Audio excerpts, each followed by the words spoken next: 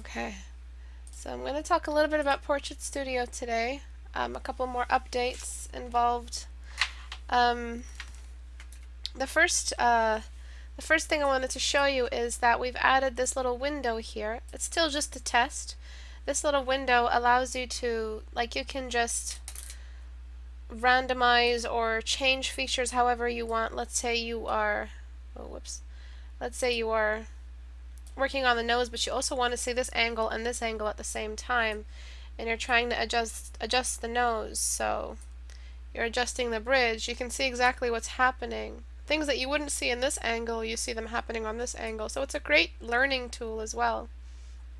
Again, things that you wouldn't see happening on this angle, you see them happening on the side view. And if you wanted to do side view here and front view here, just so that you can see whether or not it looks okay, then you can.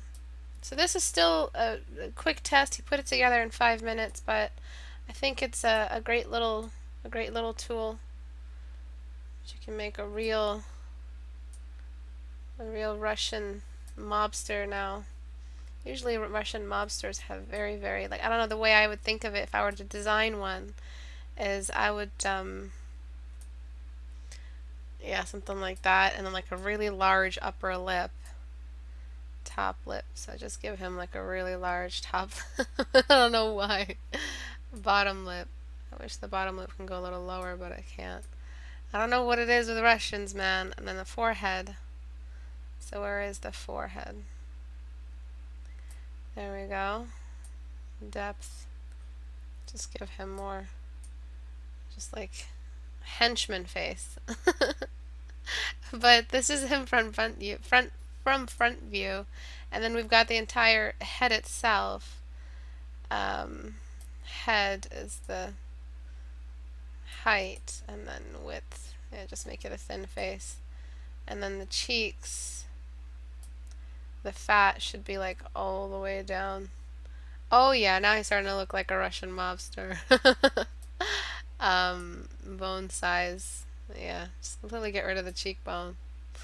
I'm having too much fun, aren't I? Yeah, make them really high up or really low down. There we go. Low down. He looks like he's been beaten up. And then of course a frown.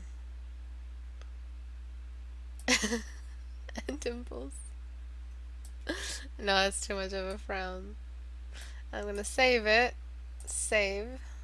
And then model. Default. Back to the handsome fella. And then load. Yay! So now I can see him. But this is the guy. And you can zoom in. This is just a tiny little, like, I think it's not orthographic, but it's the one where the nose gets bigger the closer you get to the camera, I think. I'm not sure. But, I don't know why this moves with it. We just added it, so there's a lot of little glitches. But I wanted to show you that we have this in now as well. The release will go out, well, we do have that minor normal problem that we're trying to fix. But the release will definitely go out soon. You guys can see that it's done. I'm showing you because I want you to see that it's done. We're not delaying it for any commercial reason or any marketing reason. We've been trying to release this since September, since March really, and we've been trying to get it to just be perfect in its perfect state. So we've never intended for any of these delays, and I hope you guys can just wait it out a little bit longer before you get them.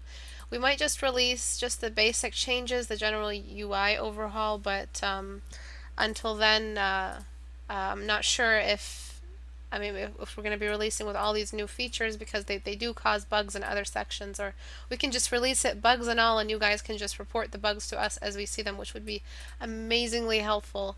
But I still haven't decided on these final changes, so we'll see. We'll see. Okay. So how's everybody doing today? A beluga whale, yeah, with the forehead, yeah. He looks like 47 from Hitman. Okay. So Marco didn't come in. Oh. Yeah, okay, good. Marco's here. Yay. You already said Polo? Okay. Marco. Alright, so let's talk a little bit about this. This perspective is all wrong. Something was wrong about it. We're just not sure what it is. And this artist, sneaky artist, added too much shadow over here in makeup. And what did this do? This shadow in makeup was supposed to reflect something. Maybe the cast shadow of the forehead, maybe the shadow, like the eye shadow, but there was no real other cast shadow off the nose. So what was that shadow doing there if it wasn't the cast shadow of the forehead? Right? So basically what you've done is you've brought in a front view eye on a side view in perspective face, which is a big, stinky load of no-no. Alright, you've confused perspectives and you've layered perspectives together hoping that they work somehow. This will never work. Layering perspectives never works. Write that back to me. Again, I'm really sorry if I disconnect. I won't know unless Open Broadcaster boops on me. Beeps and boops.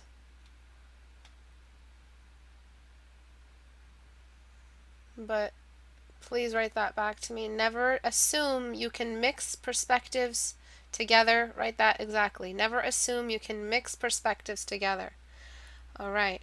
So we're pretty much seeing a side view. We're barely seeing this other eye. Let's test it out. I mean, we made this program for a reason. Let's test it out. Damn it, I told you to decrease the zoom speed. Alright. Alright, and then let's rotate her on this exact angle. Let me just enlarge this whole business.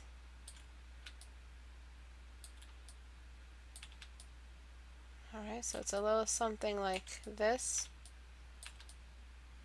Not sure exactly if I'm getting it right. Her head is bent forward, so let me bend her neck forward. Thank God we have that. Neck orientation tilt. There we go.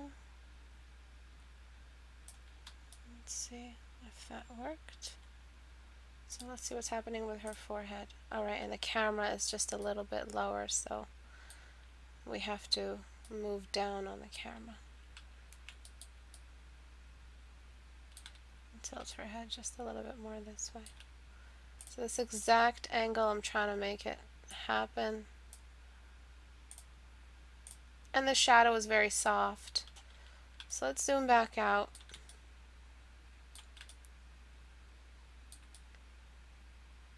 See if you really did need that other eye visible. So you did. You did need that other eye visible. Okay, good. But do you see this cube here? So let's take the screenshot into Photoshop. What's happening is when you are using this, like if you are applying this kind of perspective and you're not using blocks and grids, you simply will not achieve the perspective you're going for. So when I look at this, I'm just choosing one section of it. This is a block. This is a z-axis. This is x and this is y. And that's the z moving inward on the face. You don't have any of that here. Everything is just flat. And the way you put the eye in before, it was just flat. It was just there. But taking a look at this eye has perspective applied to it. We have this brow bone in front of this, which is in front of the eyeball, and the lower eyelid also in front of the eyeball. So we're eventually gonna not see the eyeball anymore if we tilt it like all the way. See, so we're pretty much tilting the model. Eventually the forehead will be all that we see because the model is beneath the camera. So you didn't have any of that. You had like front view eye on this kind of perspective, which is very, very wrong. So that's your first mistake. You mixed perspectives here and then you missed the cube over here. These lines here, these beautiful lines, the leftover, not lines, but edges, beautiful, sexy edges. They're just so fucking sexy. They're just all of the sex. Sorry. your kids and you're watching this and your parents are watching with you. I'm so sorry. But I'm very passionate about this edge right here. And this is this cube right along here on the nose. And because we're seeing the top part of the cube here, we're seeing the top part. We're not seeing any of the bottom portion of the neck. And what I mean by that is when we tilt this back up, we see, whoa, we take it easy, lady. We see the lower part of the neck right here. Right? Well, that means the pan speed needs to go down. Alrighty then. So, is that it? Horizontal, vertical. It's the pan speed, right? Right? I don't even know. Shit. So, yeah. So those were your mistakes. And I finally have Portrait Studio to start teaching with it. So thank God I have that now available to me. I actually stopped stumbling around my explanation and actually have a diagram to show you guys. Alright, so this is all that z-axis right here, moving away. And this is what you didn't have. So these exact corrections, I'm going to apply them in. So this eye here needs to be in perspective first and foremost. And one big massive friggin' rule, like just the biggest friggin' rule you could ever think of, is when you are deciding where the horizontal lines go on a face, please don't do this, ever. Never do a curve. The curve is just considering the nose as part of the, it's nothing. The nose is nothing. You have to use straight lines. Alright, straight lines will guide you on where the inner corners and outer corners are aligned, on which lines. Stop trying to include the inner and outer corners in the same line. They are on different lines if the eye is tilted down. Alright? That's how you get symmetry. So this isn't like that, because then you'll just draw an eye like this and give it big sparkly lashes. So your perspective was all wrong because your symmetry was also all wrong. So you have issues with perspective, symmetry, and form, and here you are painting a perspective painting and really well blended, but you're trying a masterpiece essentially, and you have almost no studies behind you on form and perspective. So when I showed you guys this this painting this little picture, where is it? CritiqueHour class resources. This beautiful thing that I don't know who made. These, which are perspective 2.3.1 point perspective, help you understand these, which is heads in perspective. They are cubes. A head is a cube. That's it. Everyone write that back to me. A head is a cube. Alright, so when I'm trying to align this eye back to fit towards this face, I'm thinking about the front part of the cube and how this eye needs to sit on a straight line. So the first thing would be tilting the eye, tucking it in, and even then it feels like I'm just like distorting a sticker, but at least this is an improvement from where it was before. Alright, and then we need the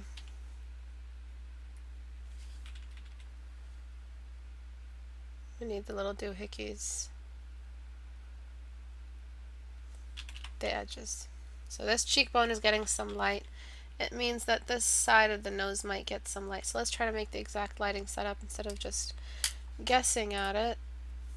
I don't know why this is all grainy. It's like white noise because we just added that in yesterday. Okay.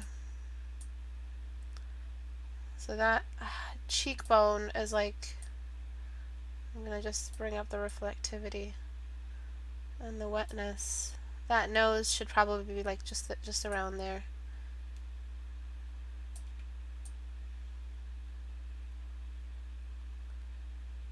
Maybe I'll tilt her head towards it.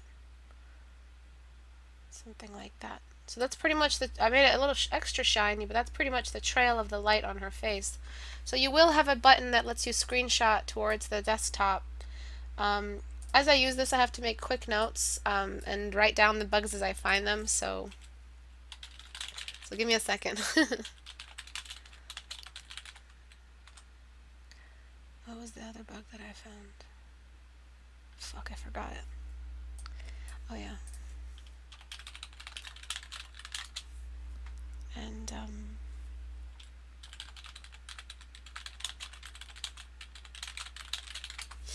alright. So this here is the trail that of the light. So what I'm going to do is try to transfer that exactly. So I have my screenshot. I usually leave this somewhere here beside me. That's pretty much how you use Portrait Studio. It's no biggie. So what I do first is, because her face is so curved off and perfect, and the cube is very difficult to find because she doesn't have jagged features, I'm going to just try to include the geometry on my own without looking at my reference, just know where the top part of the nose is. This whole part of the nose, by the way, needs to be tucked in. This whole part of the upper lip needs to be tucked in. So yeah, before the update goes out, the price is the same. Those who get the Portrait Studio before the update don't have to pay a thing for the update, so essentially you're getting, but the price will go up after the update, so if you want it at a cheaper price, now's the only time to get it at a cheaper price. After this, it will spike back up. So if you're already having issues buying this studio because it's a little too expensive for you, it's not going to get any cheaper after this point. I'm very sorry, but we worked very hard on it, and I think price is justified for the functionality and the application behind it. So the price is not going to go down. Maybe sale prices might go down in the future, but definitely not a large chunk of it. So what I'm doing now is this inner corner needs to disappear, and now I'm just bringing in the highlighters to indicate where the major high points are. So this means that because the cheekbone is so bright, this entire area of the cheek here needs light. The eye is still bugging me. The side of the nose here is too shadowed. Yeah, this eye is really bugging me. Needs to be higher up. And I need to repaint the eye completely. There's just no way around it. Like I said, it's like a sticker that I'm just moving around. There's no way around it. You had two completely different perspectives applied in here, and that wasn't going to work. So now that eye socket shadow might make just a little bit of sense, but on a less severe degree. I'm going to make this inner corner disappear. I'm going to give this lower eyelid some definition. And I'm just trying to tuck this eye underneath everything. End off that brow. We're seeing the top part and then the brow bone in front of the eye. So I'm trying to repaint it just to show you that this eye is nearly side view. We're simply not going to be seeing certain parts of the eye because it's rotated, and this is an issue of rotation. When we have rotation issues in our mind, we're unable to rotate an object and see it from different angles. Like, for instance, what I mean is, if we see the object from this angle in our mind, we should also be able to see it from this angle as well, in the same mind. So this is what I mean by rotation. Moving this around, changing things here and knowing how they look over here. So changing a nose in this perspective and knowing that in this perspective the nose has changed in this degree. Do you understand? So this is rotation. This is what I mean by rotation. Can you do this in your mind? If you can't, work on it. How do I work on it? By seeing geometries. A cube is easier to rotate in your mind than a really complicated star. So start there. Start with the general native geometry and then move out of that. Complicate that as you go, as your brain gets more used to seeing these objects rotate and is more accustomed, builds its RAM, builds its threshold. Alright, so what I'm doing now is I'm trying to apply this perspective here through what I know, through the use of the studio. Just applying some changes. The eye still, the positioning is still really twisted.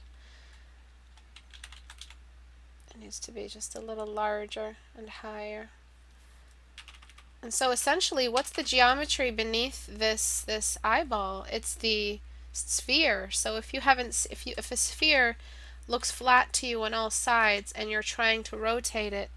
Let's see, did we load the spheres yet onto Portrait Studio? Yes, we did. Okay, so if we're seeing this sphere has, like, if I rotate it, it really just has nothing. It has no indicator that this is the side we're looking at. There's like no indicator other than space and where the shadow is to indicate that this object has rotated. It's a sphere. It's got one side. This is easier to see. You know, it's been rotating. It's moving around. Let's look at this. It looks like some kind of. It looks so cool at the same time. This little noise issue. I don't know what it is. I think it's deliberate.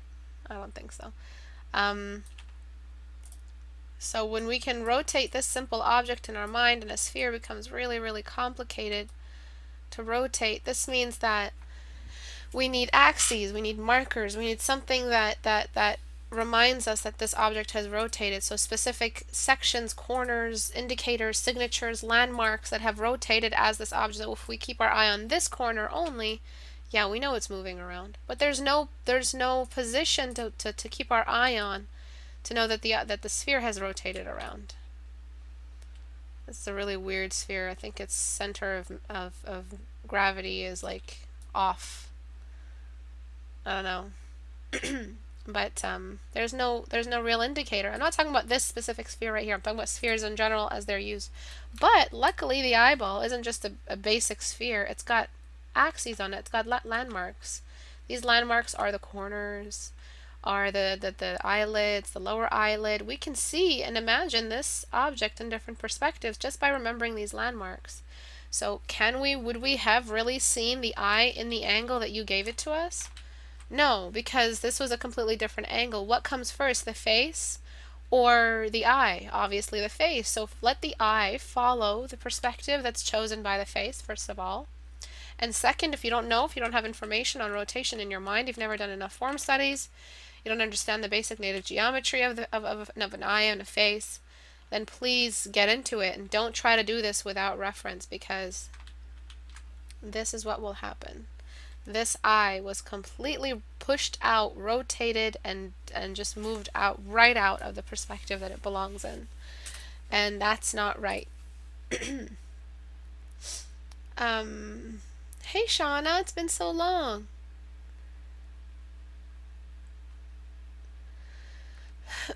Portrait Studio helped me see the eye socket was just a hair off, and I hadn't included the cube of the side of the nose properly. I struggled with like heck with this old man's face. I had references and everything, but I still couldn't figure out what was wrong. Yeah, when we think about sculpting, we're sculptors. All 97 of you who are watching are sculptors. You're missing a dimension. You are 3D modelers who have never attempted to draw with 3 dimensions. You've always limited yourself to the 2. Instead, reverse that. Say, hey, I'm a sculptor who's run out of clay, and all I have is this paper and pencil, and I have to project this 3rd dimension here, artificial 3rd dimension. You only do that with the presence of a cube. You only do that with the presence of something that in its natural formation has sorry about the weird, I don't know what the hell is happening anymore. Yeah, we need to, I don't know what's rotated where, how. I think these are they still need work. I can't seem to get it to rotate back down for me. Come on, baby. Okay, there we go. So without this cube, which in its original design, in its original shape, mathematically, geometrically, it has something that has already addressed the z-axis' presence. So the z-axis is what you miss when you go back down to 2 dimensions. The 3rd dimension is the z-axis of movement in and out. The difference between being in a cube and being on a flat paper. If you don't understand what I'm saying, Carl... Okay, can you guys hear me? The internet disconnected, of course, as soon as Carl came up.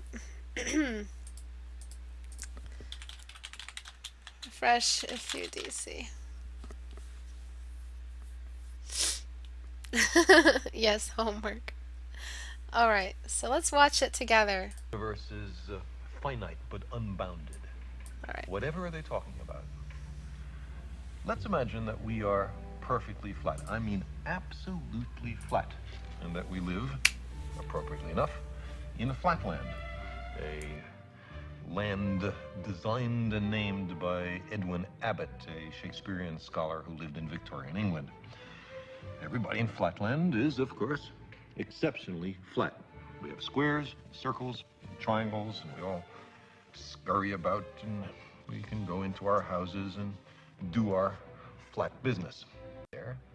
And what's more, So just to speed the video along, what he does is he gets this little house, and this little person is living in their little flatland house, and now he's trying to introduce this apple, which is a 3D object, into this flatland world. has witnessed a greeting coming from his insides, a voice from within. He surely is getting a little worried about his sanity. The three-dimensional creature is unhappy about being considered a psychological aberration, and so he descends to actually enter Flatland. Now, a three-dimensional creature exists in Flatland only partially. Only a plane, a cross-section through him can be seen. So when the three-dimensional creature first reaches Flatland, it's only the points of contact which can be seen, and we'll represent that by stamping the apple in this ink pad and placing that image in Flatland. And as the apple were to descend through, slither by Flatland, we would progressively see higher and higher slices, which we can represent by cutting the apple.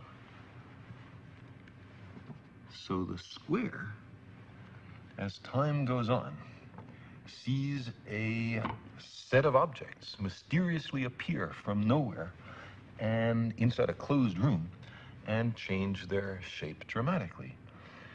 His only conclusion could be that he's gone bonkers. Well, the apple might be a little annoyed at this conclusion, and so, not such a friendly gesture from dimension to dimension, makes a contact with the square from below and sends our flat creature fluttering and spinning above Flatland. At first, the square has no idea what's happening. He's terribly confused. This is utterly outside his experience. But after a while, he comes to realize that he is seeing inside closed rooms in Flatland. He is looking inside his fellow flat creatures. He is seeing Flatland from a perspective no one has ever seen it before to his knowledge. Getting into another dimension provides as an incidental benefit a kind of X-ray vision. Now our flat creature slowly descends to the surface, and his friends rush up to see him. From their point of view, he has mysteriously appeared from nowhere. He hasn't walked from somewhere else. He's come from some other place. They say, "For heaven's sake, what's happened to you?" And the poor square has to say, "Well, I was in some other mystic dimension called up." And they will pat him on his side and comfort him, or else they'll ask, "Well, show us, where is that third dimension? Point to it." And the poor square will be unable to comply. Okay, so I have to make sure that you guys watch this video, and really what he's covering is when you go back up into third dimension, the third dimension, when you're sculpting, when you enter that 3D world where the world renders the shadows for you as you go, there's no extra little need for you to apply shadow.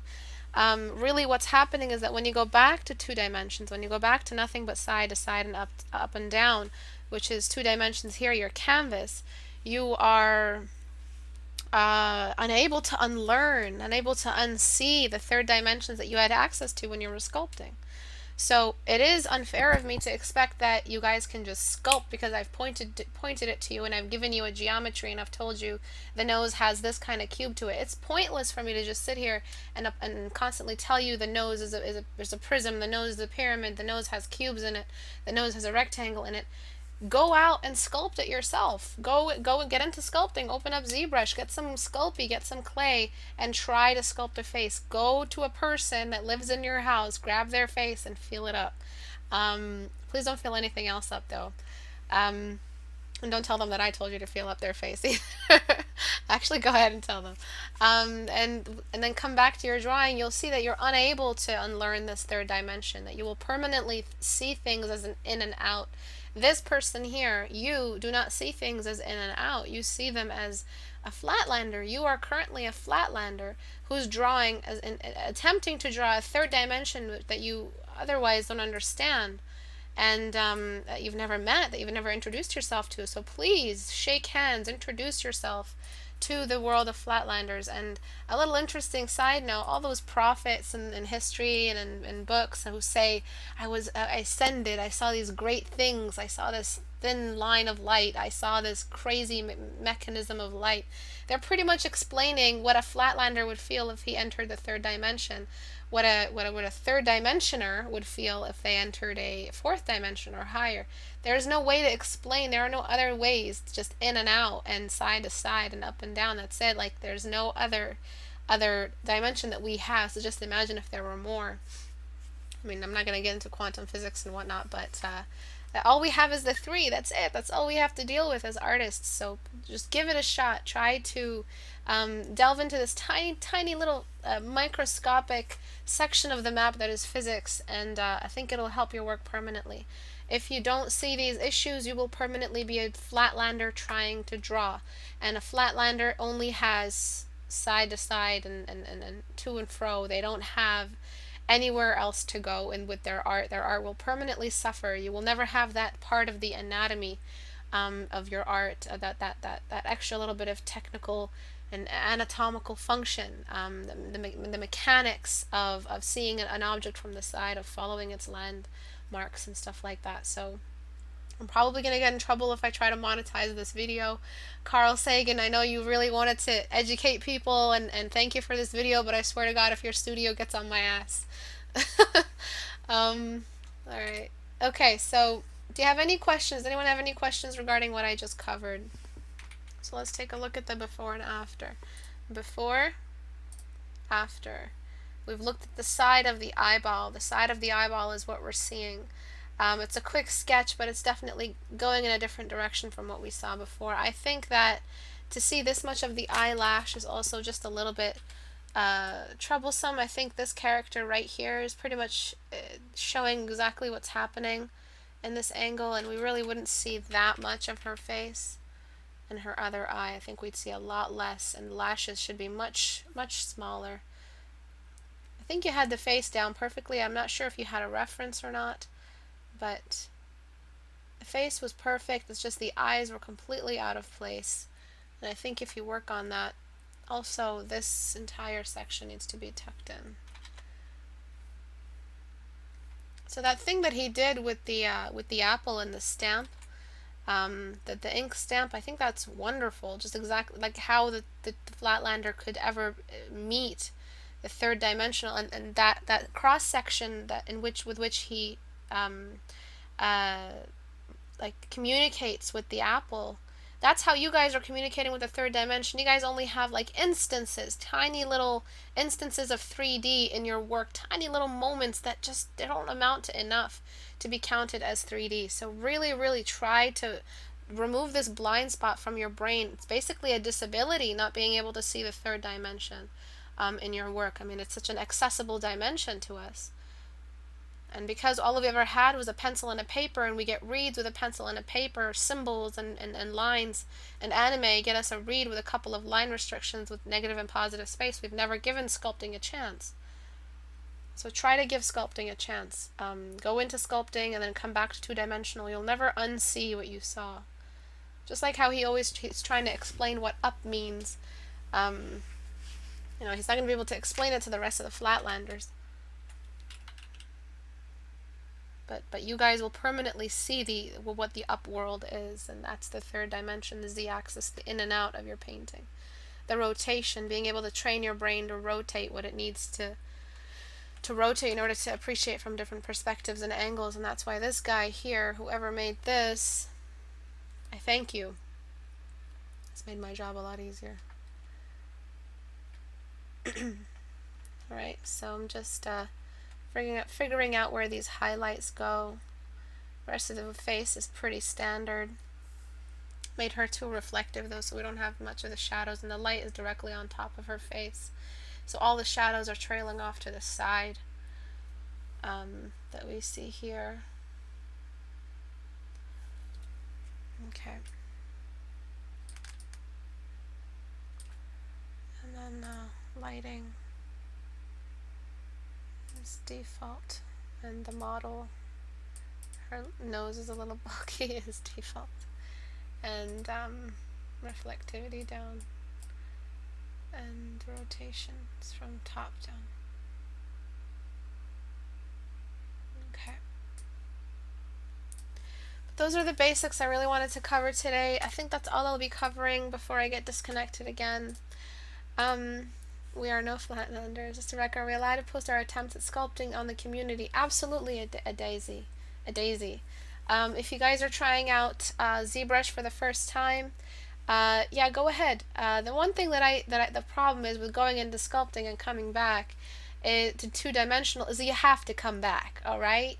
You get really comfortable sculpting away and letting the world and the lighting programming and the lighting engine in Maya or ZBrush give you the shadows, all right? I know that sounds really nice having something shade for you, but if you want to stay 2D artists, you have to come back to 2D once you're done exploring the 3D world. If you want to stay there, go ahead and stay there, but I have a feeling we're going to lose a lot of artists by inviting them into sculpting. It's really refreshing jumping into sculpting.